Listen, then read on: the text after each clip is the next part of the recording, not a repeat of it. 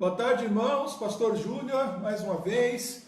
Hoje é segunda-feira, dia 10 de agosto de 2020, e essa é mais uma edição do nosso Pão das Três, o alimento diário, espiritual diário, que nós da Igreja Batista em Vila das Belezas, os pastores preparam para atender os irmãos, para juntos orarmos, também buscando aí entendimento, conhecimento, aprofundamento na palavra de Deus. E o convido aí nos próximos talvez 40, 50 minutos a estarem conosco nesse culto, nesse tempo de reflexão. A gente também já tem pedido já há alguns dias, aí talvez uma semana, um pouco mais, para que os irmãos também compartilhem o Pão das Três. Então, se você está assistindo agora, você vai ver embaixo, tem o botão de compartilhar. Se você fizer isso, essa live vai ser compartilhada dentro do seu perfil. E aí os seus contatos que são da igreja e os contatos que não são da igreja também, mas são seus contatos específicos, podem de alguma maneira acompanhar e também participar do Pão das Três. Alguns irmãos criam também uma sala de vídeo, né? uma exibição, digamos assim, um pouco diferenciada. Aí vai da maneira como cada um decide fazer.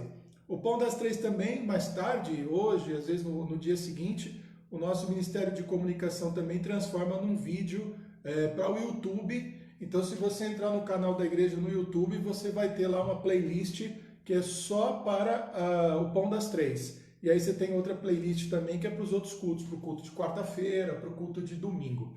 Mais uma vez, é uma alegria estar com os irmãos. Estamos aí vivendo um final de semana de festas, né, de comemorações. Várias pessoas fazendo aniversário ontem, hoje. Ontem foi o pastor Israel. Final de semana também do Dia dos Pais, que trouxe grande alegria para o nosso coração. Graças a Deus ontem pudemos ter aí os nossos cultos, aí os nossos encontros virtuais aconteceram normalmente, e hoje estamos aí dando início à nossa semana com o Pão das Três.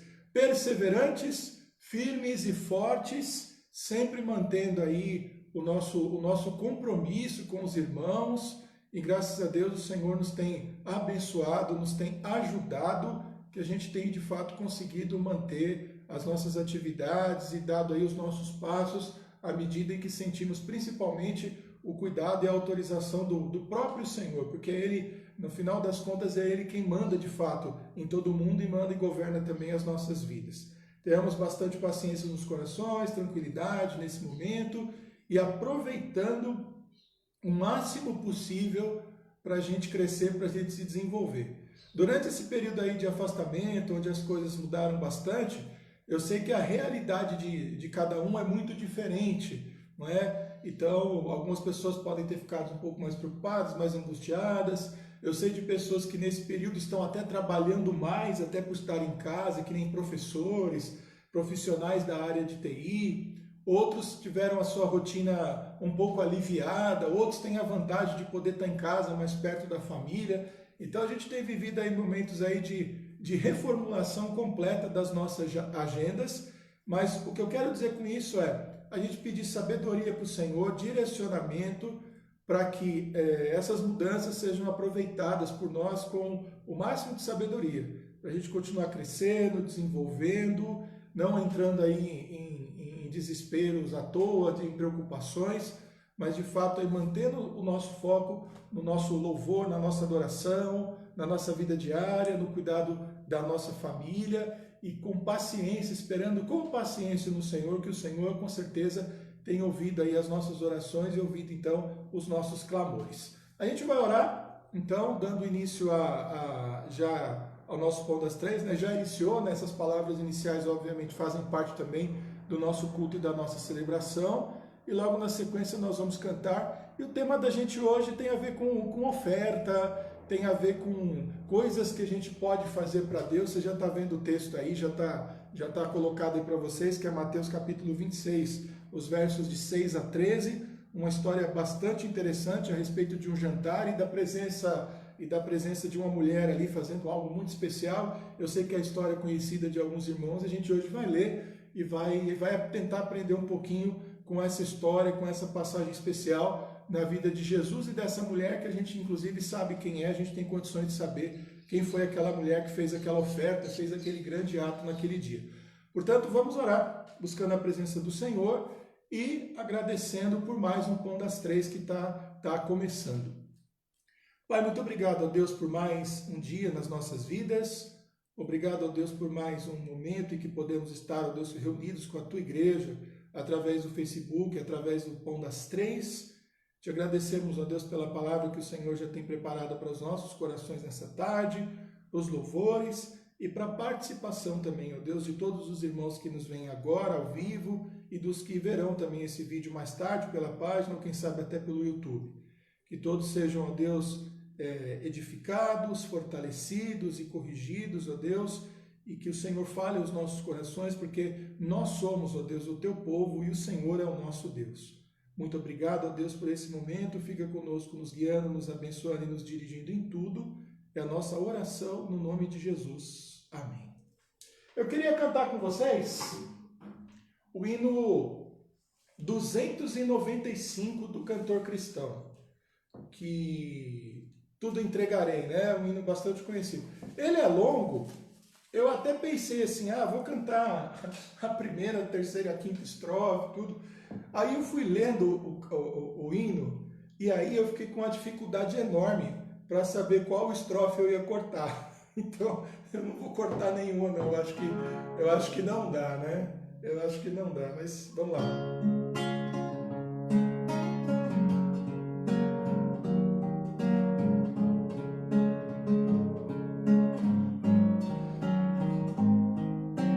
Tudo a Cristo a ti entrego, tudo sim por ti darei, resoluto, mais submisso, sempre, sempre seguirei. Tudo entregarei, tudo entregarei.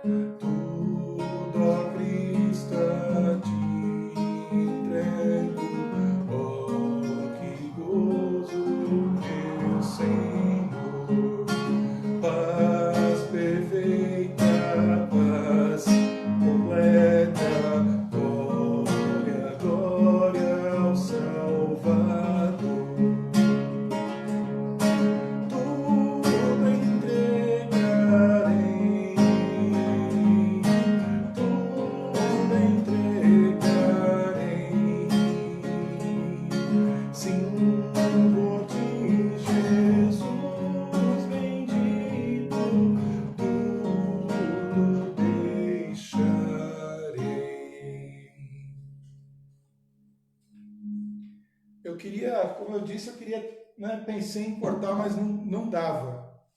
Eu acho que quando a gente for cantar esse hino, a gente tem que cantar esse hino completo.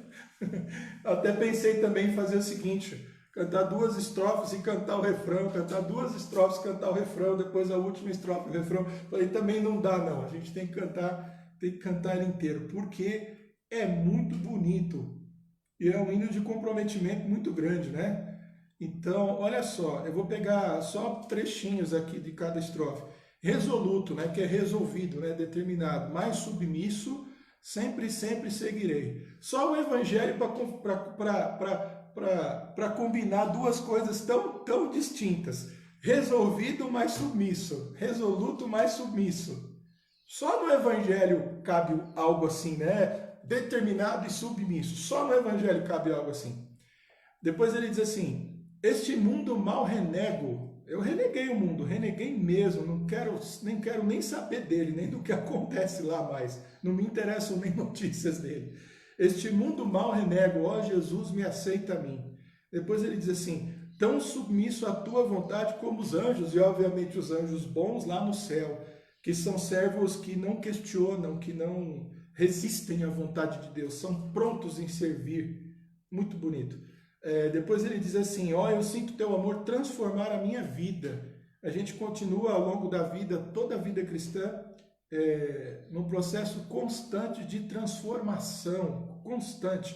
Às vezes a gente para pensar como a fé da gente é fraca, como o nosso amor precisa ser aperfeiçoado, como essa experiência nova está sendo difícil para mim, quanto eu posso aprender com ela. A gente nunca para de crescer, a gente nunca para de aprender. Eu acredito que nem no céu a gente vai parar de aprender, a gente vai continuar aprendendo e desenvolvendo. Depois ele termina assim, paz perfeita, paz completa, glória, glória ao Salvador, que é o que a gente sente, né? Apesar das nossas dificuldades, dentro do nosso coração, do coração do crente, a paz perfeita e a paz completa. Esse hino é lindo, muito bonito, o hino 295 do cantor cristão. E acho que tem bastante a ver com o que eu vou trazer hoje, né, de meditação aí para os nossos corações. Então você já pode deixar a sua Bíblia aberta aí, tá? Em Mateus capítulo 26, os versos de 6 a 13. E como a gente sempre faz, vamos orar, né? Antes da leitura e antes da nossa exposição aqui, da nossa mensagem, né? Da nossa reflexão dessa tarde. Vamos orar? Pai, muito obrigado a Deus por mais um momento, Pai, especial do nosso dia, agora em que abrimos, ó Deus, a Tua Palavra para compartilhar, ó Deus, com os nossos irmãos. Pedimos que o Senhor, mais uma vez, nos dirija, nos abençoe, nos guarde, nos dê orientação na leitura e na interpretação da Tua Palavra e que ela seja aplicada, ó Deus, às nossas vidas, mentes e corações, ó Deus, com precisão, para transformar, para corrigir, para nos motivar, para nos levar, ó Deus, a conhecer, ó Deus, ainda mais da Tua Palavra e da Tua vontade. Muito obrigado, nós oramos no nome de Jesus. Amém. Vamos lá então, é o jantar em Betânia, né? Jantar em Betânia. Tem bastante coisa interessante nesse texto aqui, tanto do ponto de vista do conhecimento bíblico, quanto também da aplicação, né? Das coisas que a gente pode aprender para a nossa vida. Vamos lá então, vamos fazer a leitura, tá? Vou fazer a leitura direta, depois a gente vem comentando o texto. Então vamos lá. E estando Jesus em Betânia, que era uma cidade, né? Em casa de Simão, o leproso, aproximou-se dele uma mulher com um vaso de alabastro, com um unguento de grande valor, e derramou-lhe sobre a cabeça, quando ele estava assentado à mesa. E os seus discípulos, vendo isso, indignaram-se, dizendo, por que este desperdício? Pois este unguento podia vender-se por grande preço e dar-se o dinheiro aos pobres. Jesus, porém, conhecendo isso, disse-lhes, por que afligis esta mulher? Pois praticou uma boa ação para comigo. Porquanto sempre tendes convosco os pobres, mas a mim não me haveis de ter sempre. Ora, derramando ela este unguento sobre o meu corpo, fê-lo preparando-me para o meu sepultamento. Em verdade vos digo que, onde quer que este evangelho for pregado em todo o mundo, também será referido o que ela fez para memória sua, ou para lembrança dela. Então, a versão que a gente está lendo é a versão de Mateus. Dependendo da Bíblia que você tem aí, se você está acompanhando, você vai ver que esse texto aparece também no Evangelho de Marcos, no capítulo 14, nos versos de 3 a 9, e no Evangelho de João, no capítulo 12, os versículos de 1 a 8, tá? Esse jantar que aconteceu em Betânia. Todos eles estão ali naquela última semana de Jesus, quando ele já saiu do templo e ele está se preparando, digamos assim, para passar pelo julgamento, para ser morto e também ressuscitar, tá?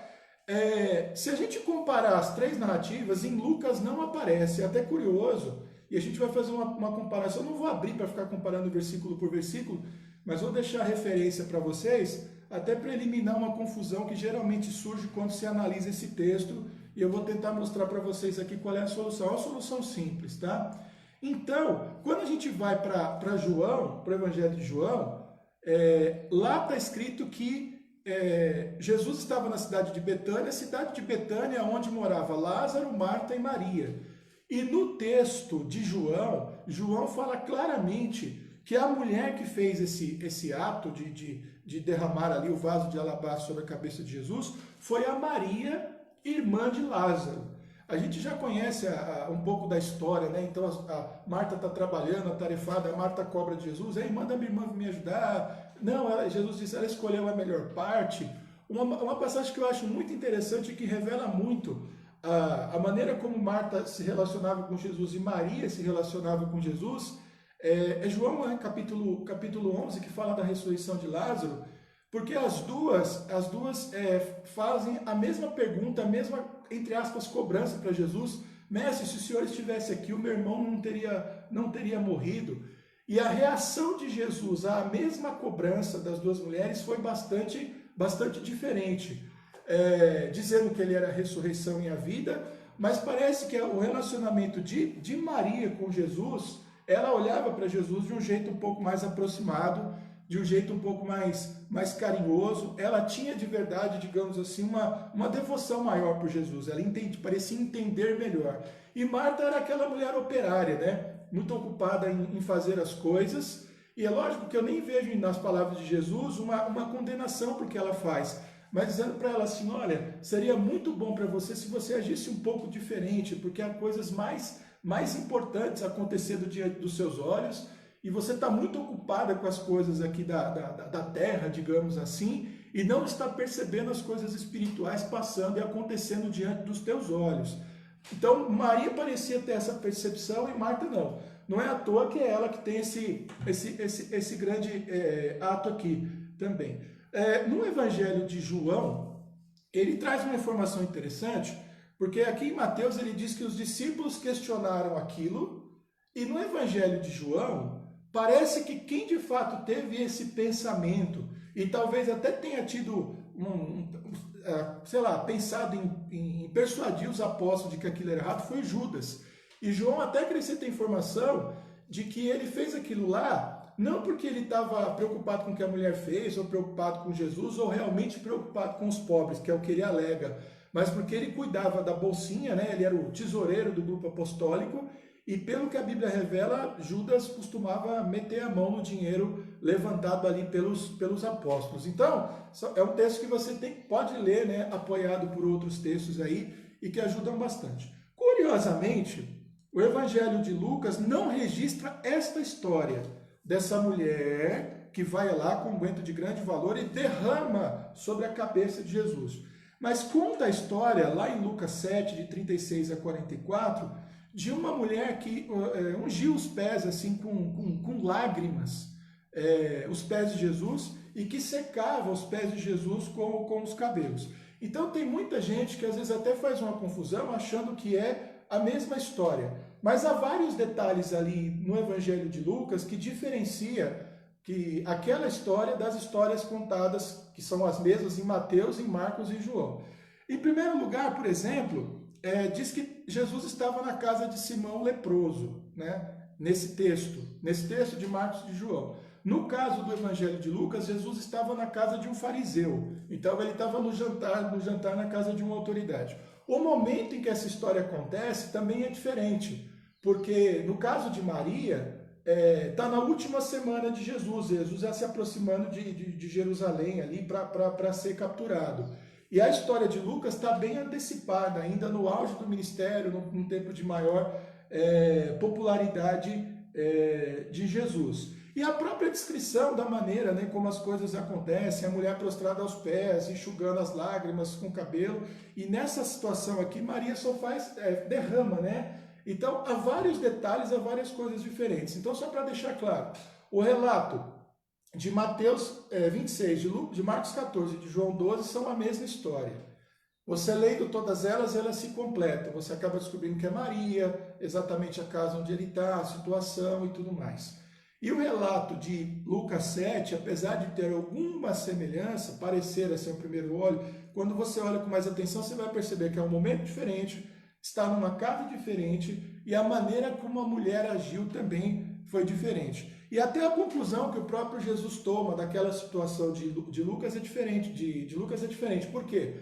Porque Jesus foi mal recebido pelo fariseu. E aquela mulher, ela é uma estranha naquele lugar, e ela faz todas as honras ao mestre Jesus, como ele deveria ter sido recebido por aquele fariseu, que dispensou todos os cuidados ao receber uma visita, ao receber um mestre. Portanto, são histórias diferentes e também com conclusões diferentes e também com aplicações diferentes. Bom, Betânia, como eu já disse, é a cidade de Lázaro, né? E Jesus, nesse momento, está na casa do Simão o leproso. Maria, né? A gente já sabe então que foi Maria, a irmã de Lázaro, que fez isso. Ela foi muito ousada nessa sua oferta a Jesus. E talvez, é uma coisa que eu fico pensando quando eu leio o texto, é se ela tinha noção exatamente daquilo que ela estava fazendo. Porque olha só, Jesus diz o seguinte, vocês não aflijam essa mulher, porque o que ela está fazendo é uma boa ação para comigo, preparando o meu corpo para o meu sepultamento. Então, é como se ela já estivesse vendo a morte de Jesus antecipada, os cuidados que o corpo dele precisaria para que ele fosse então colocado na tumba, né, colocado, sepultado, digamos assim, né, se bem que aquele é bem diferente do que a gente entende com sepultamento hoje, mas eu acho muito difícil que ela tenha realmente tido tudo isso na mente, ou seja, naquele momento talvez a consciência dela, a consciência humana, ela está muito mais levada a fazer uma oferta, a derramar um presente, né, um perfume caríssimo sobre alguém, como um ato assim de extremo amor, de extremo carinho. É até curioso porque a história mal contada, né, de Jesus, principalmente a história herética, falsa, apócrifa de Jesus, que dá conta de que ele na verdade não morreu, não ressuscitou, né, porque não teria morrido, e ele teria tido depois uma família. Colocam Maria, tanto Maria, irmã de Lázaro, quanto a Maria Madalena, como as suas supostas mulheres. Então, o olhar humano é incapaz de compreender um ato desse sem uma interpretação, digamos assim, conjugal ou até sexual. E nada disso está no texto. O que há da parte dessa mulher, como ao longo de toda a sua vida, chamando Jesus de mestre e de Senhor, se prostrando aos pés dele, sempre mostrou, sempre revelou da parte dela uma compreensão com quem ela estava lidando. Jesus não era um namorado para ela. Jesus não era candidato a ser o marido dela. Jesus não era o seu super-herói. Jesus era para essa mulher, de fato, o filho de Davi. Era, de fato, Deus entre nós. E é muito provável que essa sensibilidade, digamos assim, espiritual e essa reverência bem correta de Maria, talvez desse a ela um vislumbre do que ela estava fazendo. Mas acredito que do coração dela era um ato de amor, de devoção, de carinho e de oferta por Jesus, por saber saber quem Jesus era. Ele sabia das suas curas. Maria, Marta e Lázaro, a gente sabe, eram amigos, eram uma família. Olha só, eu fico pensando assim, ser uma família que Jesus tem como amigos. É muito, né? É muita coisa, né? Eles eram amigos pessoais de Jesus. Então Jesus ia para Betânia, ficava na casa deles, ia lá para vê-los. Eles tinham uma intimidade com Jesus. Até Marta, a gente critica tanto Marta, né, dos seus afazeres, até falei um pouquinho disso aqui, mas ela também fazia parte dessa família especial que Jesus amava tanto. E parece que a amizade maior de Jesus talvez fosse até com o próprio Lázaro, não sei, não vou ficar aqui medindo aqui. Mas ela fazia parte disso. Então, eles se conheciam bem, ela sabia bem com quem estava lidando. Mas Jesus interpreta isso indo além e fala para os discípulos, olha, ela sabe que eu vou morrer, ela sabe o que vai acontecer comigo, ela já está me preparando para isso. Bom, os discípulos, a começar de Judas, são absolutamente insensíveis, porque eles não conseguem compreender o ato, eles não conseguem compreender o que está de fato acontecendo ali, como eu disse, até em relação a Marta, coisas espirituais estão acontecendo ao redor daqueles homens, e eles só conseguem enxergar as coisas do ponto de vista material. E vem ali um perfume caríssimo sendo derramado por Jesus e ficam escandalizados porque deveriam fazer uma boa obra vendendo aquilo ali e dando aos pobres, o que pareceria muito nobre. Aí Jesus dá uma resposta para eles que precisa ser bem entendido. Os pobres vocês terão sempre.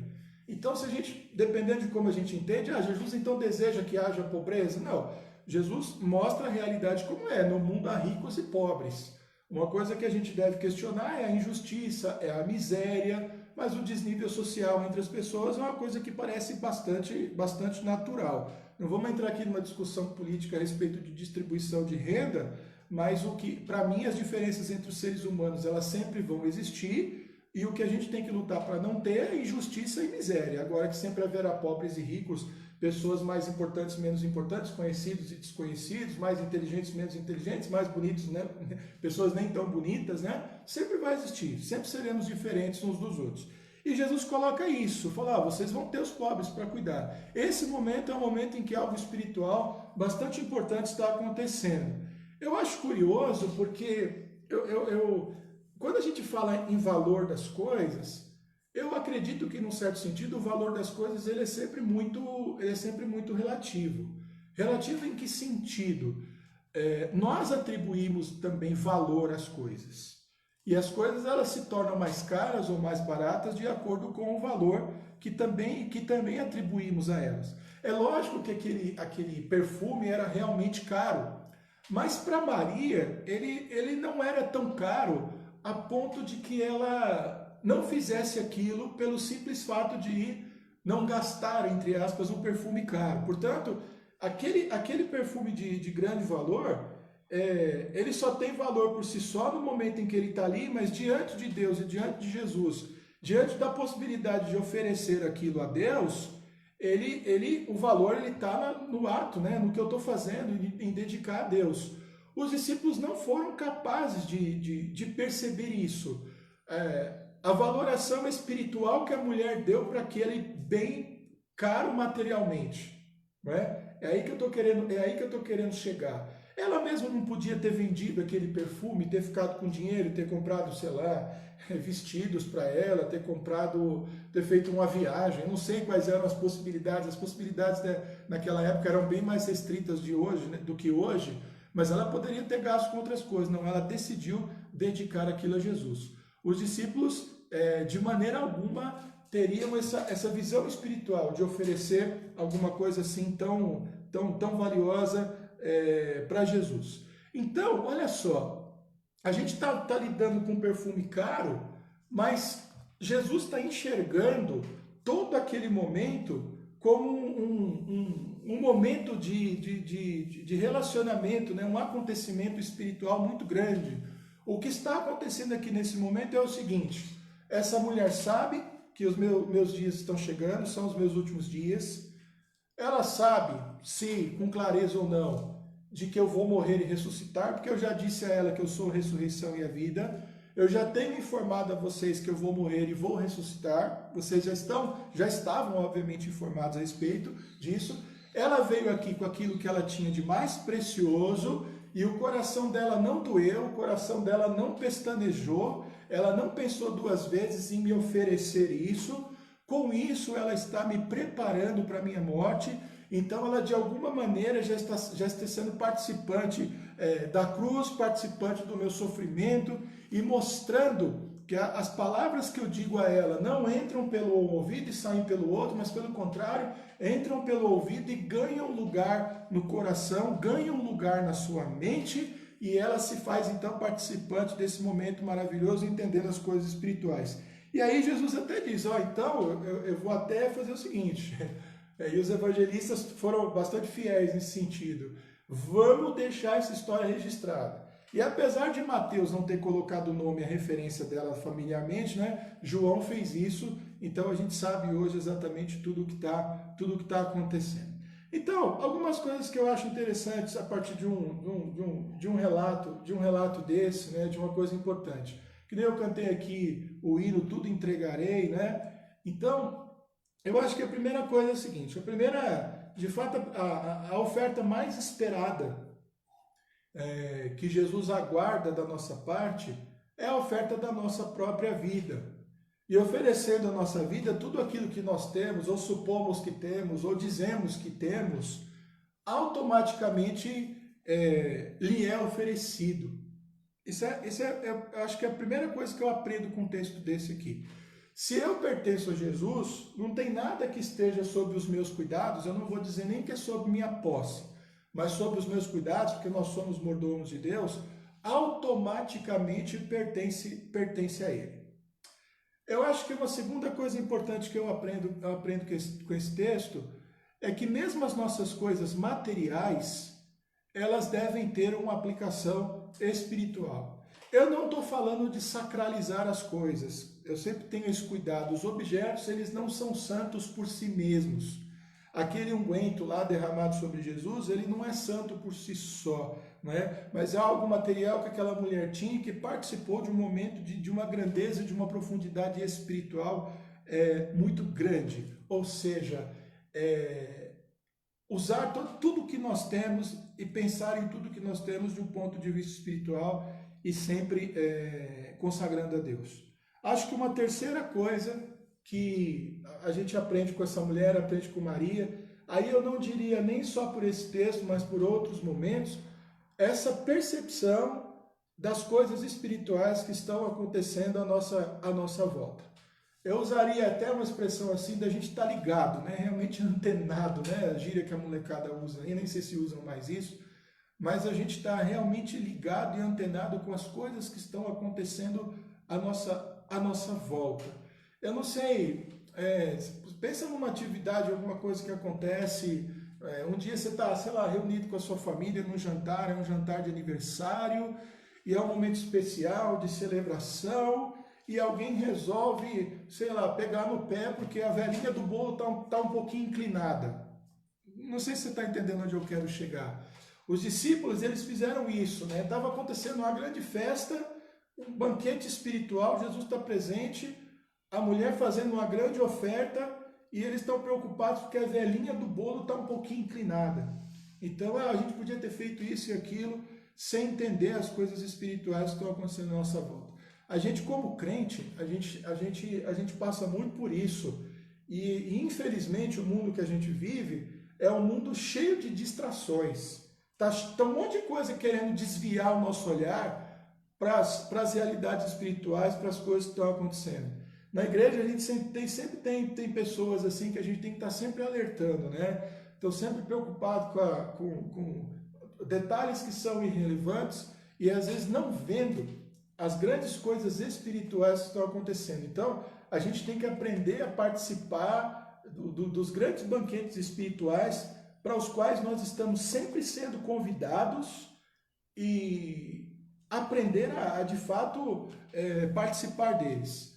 Eu acho que talvez uma quarta coisa aqui que é muito interessante, eu sei que a gente é pecador, que eu sei das nossas limitações, ontem mesmo eu preguei a respeito disso, que nós somos como vasos de barro frágeis, né? Ontem eu comparei com as paredes das casas dos judeus mais simples do primeiro século, que não eram as portas que eram arrombadas, né? Os bandidos faziam buracos na parede para roubar os bens da casa, dos pais desavisados, mas é interessante porque Jesus ele sabe a medida dos nossos atos.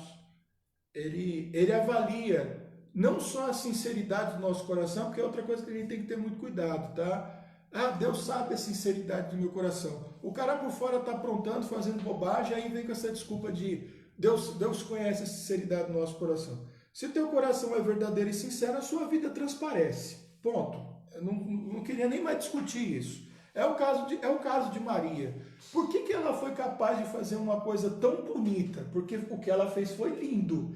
Jesus aprovou, disse assim, essa história vai ficar gravada. Estamos aqui há quase 2000 anos depois que isso aconteceu, contando a história. Então, aquilo lá teve relevância para Jesus e ele deu um jeito da gente ficar sabendo do que aconteceu naquele jantar. Então, ele valoriza isso. Faz lembrar, por exemplo, a oferta da viúva pobre, né? O pastor Israel pregou a respeito disso aí no culto de quarta-feira retrasado. Faz bem pouquinho tempo que ele falou a respeito da oferta da viúva pobre. Recorda lá a mensagem lá. E Jesus ali, qual que era o valor daquilo? Aquilo lá não fez diferença nenhuma no caixa do templo. Mas era tudo que a mulher tinha. Entendeu? Era tudo que ela tinha. E ela fez aquilo com o coração, sem dó. Ela estava dando para Deus, entregando o melhor do que ela tinha. E Jesus observou ela, aquela ali deu mais do que qualquer um, porque os outros estão dando o que sobra, e essa mulher deu tudo que ela tinha. E mesmo que seja tão pouquinho, 2 moedinhas lá, sei lá, o equivalente a 2 centavos, o que dá para comprar com 2 centavos? Eu acho que não dá para comprar nem bala, né? Acho que nem bala mais dá para comprar com 2 centavos, nem sei quanto custa uma bala mais. Então, é isso também, que Deus está olhando os nossos atos e também conhecendo se há ou não sinceridade no nosso coração.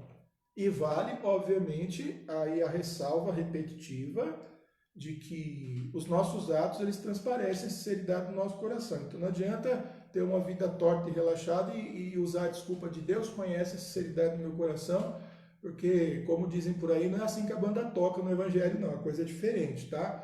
Os nossos atos são reflexos do que pensamos e vice-versa. São duas coisas que devem andar de forma bastante integrada, tá? Então eu queria deixar isso aí.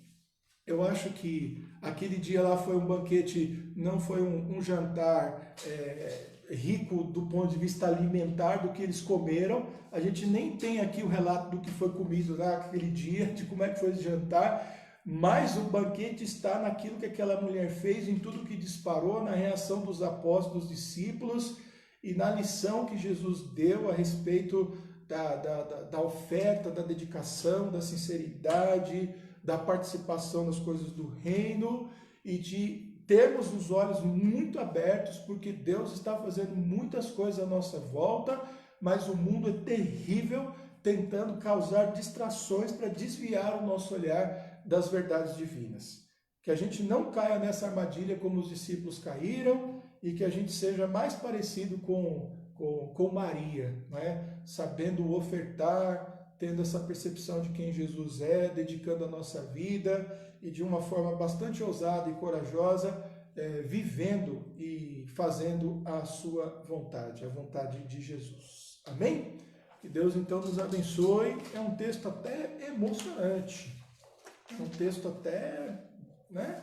Se você se coloca no lugar lá, se você faz eu gosto de fazer isso, fazer uma viagem lá, né? Dar um pulo lá naquele jantar, né? É bastante interessante. Bom, não sei se tem pedido aí, chegou alguma coisa? Não? Vamos aqui para os nossos pedidos, né? A nossa lista é uma lista bem grande, mas eu vou tentar resumir aqui algumas coisas, tá? Então nós temos, continuar orando pela vida dos nossos irmãos idosos, né? A irmã Irene, que está no tratamento aí, a nossa irmã Antônia, que teve grandes livramentos do Senhor e tem participado aí das nossas lives aí, das nossas transmissões, a irmã Zumira, a irmã Zéza, a irmã Ruth, a irmã Iracema, Olímpia, a irmã Helena, irmão Flores, irmão Crispiniano, a irmã Gersi, irmão Francisco, a irmã Nadir, a irmã Suzy, os casal Fidelis também. Aliás, eu acho que eu vou até falar um negócio aqui, eu ia deixar os irmãos descobrirem, mas eu vou fazer. Naquele livrinho, A História da Salvação, que eu escrevi, quando eu comecei a escrever, foi a época que eu conheci a irmã Zumira. E eu me encantei muito com ela, acho que eu nunca falei isso para ninguém, por causa da sua idade e também pelo fato dela gostar do hino 50 do cantor cristão, Contar Minha Velha História. E aí quando eu escrevi o História da Salvação, eu dediquei lá um apêndice lá só para ela. Então eu comento a história do hino 50 e também comento um pouquinho lá, não comento a história da vida dela, né? Não entrei em tantos detalhes, mas porque foi uma pessoa que me marcou, né? Esses idosos da nossa igreja, eles têm muita história, e a gente aprende muito com a vida deles, não só a cantar o hino 50, que eu aprendi também a cantar, assim, a gente não cantava muito, mas começamos a cantar, e a gente começa até a olhar para a vida cristã, né? Contar minha velha história, a história da salvação. Nós temos famílias enlutadas na nossa igreja para orar, nós temos familiares, né, pessoas da nossa igreja, né, familiares de irmãos da nossa igreja, que nem o Giuseppe, que nem a Vera Lúcia, o seu Carmino, né, o pai da Kátia, a dona Francisca, que é a mãe da Toinha, o Tilson, né, que é primo da Kátia, tem o Daniel, né, que também está passando por um tratamento aí da Thalita Vitor, a Vaneide e a Jocélia, da Gilda Borges, o Elsomar, que é pai da Júlia, que são pessoas que têm que estar assim, o Gabriel, a própria Tata, a irmã Irailda também, o irmão Wilson, né, nosso querido irmão Wilson palmeirense, pessoas aí que precisam estar constantemente nas nossas orações porque estão em tratamento e coisas assim, tá? A nossa irmã Alba também, ela falou da amiga dela, Lucília, né, que tá lá em Belém, né, que é a terra dela, né, de origem dela, a terra dela agora é aqui, né, mas ela veio de lá, passou por uma situação bastante difícil, né, no hospital, mas já está melhorando, já está luz, está agradecendo as orações e vamos continuar lembrando disso. Temos os pastores também, o pastor Luiz, nós temos recebido notícias da sua evolução, ele tem melhorado, do Paulo Gil também, né? O Severino também da Juraci, ela tem pedido orações aí para nós por isso. Os pais da Jordana também, que estão aí doentes, aí passando por um processo. Os irmãos que estão desempregados, nós tivemos alguns desempregos aí durante esse período, alguns já retomaram. Hoje mesmo eu conversei um pouquinho com a Thalita, né? A Thalita Vitor foi uma das que perdeu, aliás, a Thalita Marques foi uma das que perdeu o emprego, ela já retomou as suas atividades, graças a Deus voltou a trabalhar, então isso é bênção de Deus também. Os profissionais da área de segurança, a gente teve o Ivan que ficou desempregado, o Léo também, né, que ficou desempregado, vamos continuar orando. E é isso. E hoje também, um pouquinho antes aí do Pão das Três, a nossa irmã Abigail também pediu oração pelo Luiz Souza. Eu não tenho mais detalhes, né, a respeito dele, mas ele também deve estar nas nossas orações, acho que é um amigo dela, e são questões de saúde também, tá? Então, não sei se a gente tem mais alguma coisa aí, não temos, tá? Então vamos orar então, são muitos pedidos aqui, a gente obviamente não lembra de todo mundo, né? Mas vamos de alguma maneira tentar lembrar desses pedidos aqui e colocar todos eles diante do Senhor. Vamos orar então? Pai, muito obrigado, ó Deus, por mais esse momento de oração, por mais esse momento, ó Pai, em que focamos, ó Pai, nos pedidos, na gratidão, porque estamos, ó Pai, diante do Senhor, intercedendo pela vida de pessoas, ó Deus, pessoas que o Senhor criou, que o Senhor ama, pessoas, ó Deus, para as quais o Senhor deseja a sua salvação. Nós te agradecemos, ó Deus, pela vida dos idosos, ó Pai, da nossa igreja, muitos deles, ó Pai, passando por problemas sérios, ó Pai, de saúde, incapacitados não apenas por causa do distanciamento social, mas pela própria saúde, de congregar, ó Deus, já há um bom tempo. Mas eu me alegro, ó Pai, em saber que a fé, ó Deus, de cada um deles, ó Pai, está mantida, ó Deus, em seus corações, e que o Senhor tem cuidado de suas vidas espirituais e tem cuidado também de sua saúde. Continue os abençoando, continue os guardando, continue, ó Deus, os protegendo. Temos também, ó Deus, muitos irmãos, ó Pai, enfermos da nossa igreja, como o irmão Wilson, como a Tata, como o Gabriel, com tantas pessoas, ó Pai, precisando, ó Deus, de cuidados constantes, de idas e vindas, ó Deus, aos médicos, aos terapeutas, enfim, àqueles que o Senhor tem designado conforme a Tua vontade para cuidar de sua saúde. Oramos pela vida também, ó Pai, de pessoas, de amigos e de parentes, ó Pai, de pessoas, ó Deus, da nossa igreja e que tem passado, ó Deus, por dificuldade. Como o pai da Júlia, pai do seu Elsomar, que tem sofrido já há algum tempo, ó Deus, com câncer. A vida do Tilson também, que tem melhorado, mas ainda está em tratamento. A vida do pai também, da Kátia, pai que tem idade avançada e tem passado, ó Deus, por problemas, dificuldades de saúde.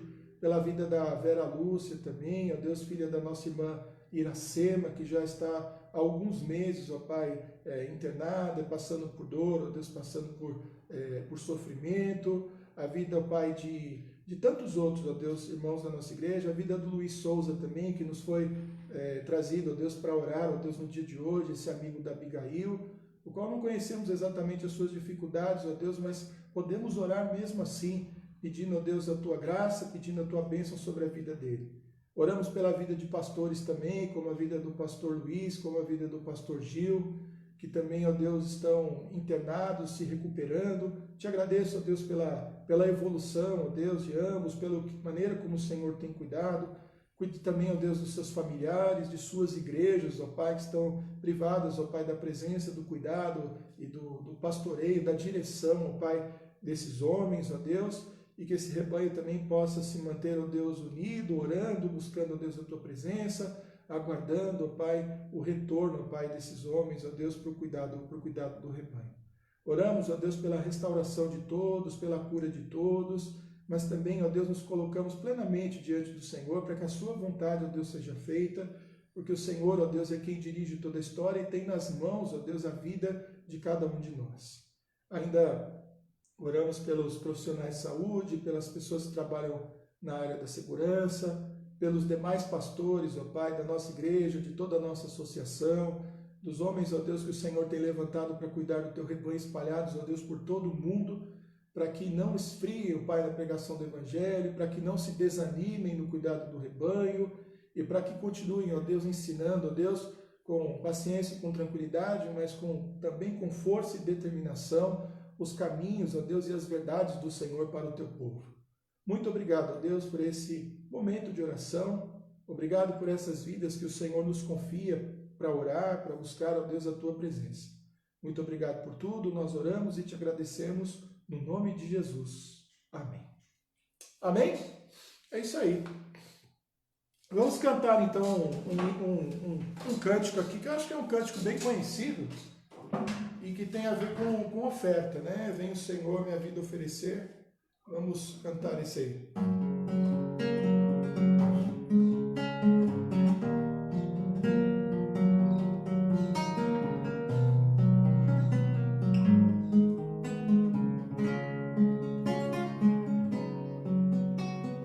Vem o Senhor minha vida oferecer.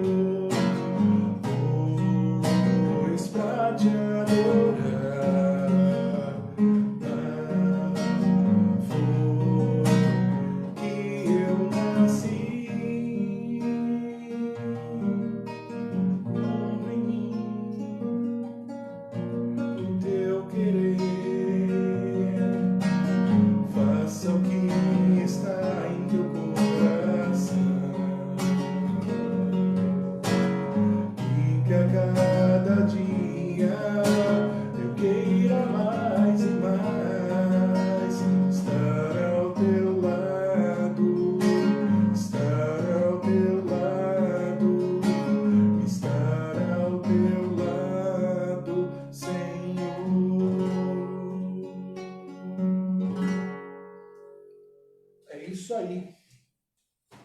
Então hoje a gente ressaltou um lado da nossa vida espiritual que precisa ser cultivada, que é esse amor, essa capacidade da gente se dar para Jesus, da gente se dedicar a Ele, da gente amar, da gente não ter medo, da gente não ter dificuldades em nos ofertarmos, em consagrarmos todas as coisas que temos ao Senhor.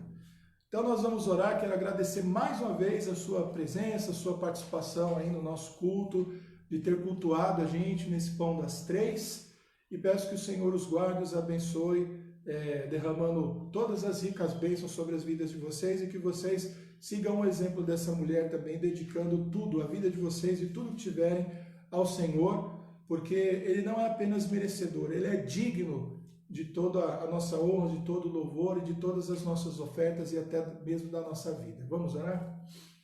Pai, muito obrigado, Deus, por mais um Pão das Três. Muito obrigado, Deus, pelo texto que lemos, pelos hinos que cantamos, pelas orações que o Senhor nos permitiu, ó Deus, fazer, intercedendo, ó Deus, pela vida dos nossos irmãos, de parentes e de amigos nessa tarde. Nos dê, ó Deus, um restante de dia na Tua presença e nos guarde, ó Deus, porque somos o Teu povo e o Senhor é o nosso Deus. Por isso te oramos e te agradecemos no nome do Teu Filho Jesus. Amém. Deus abençoe a todos.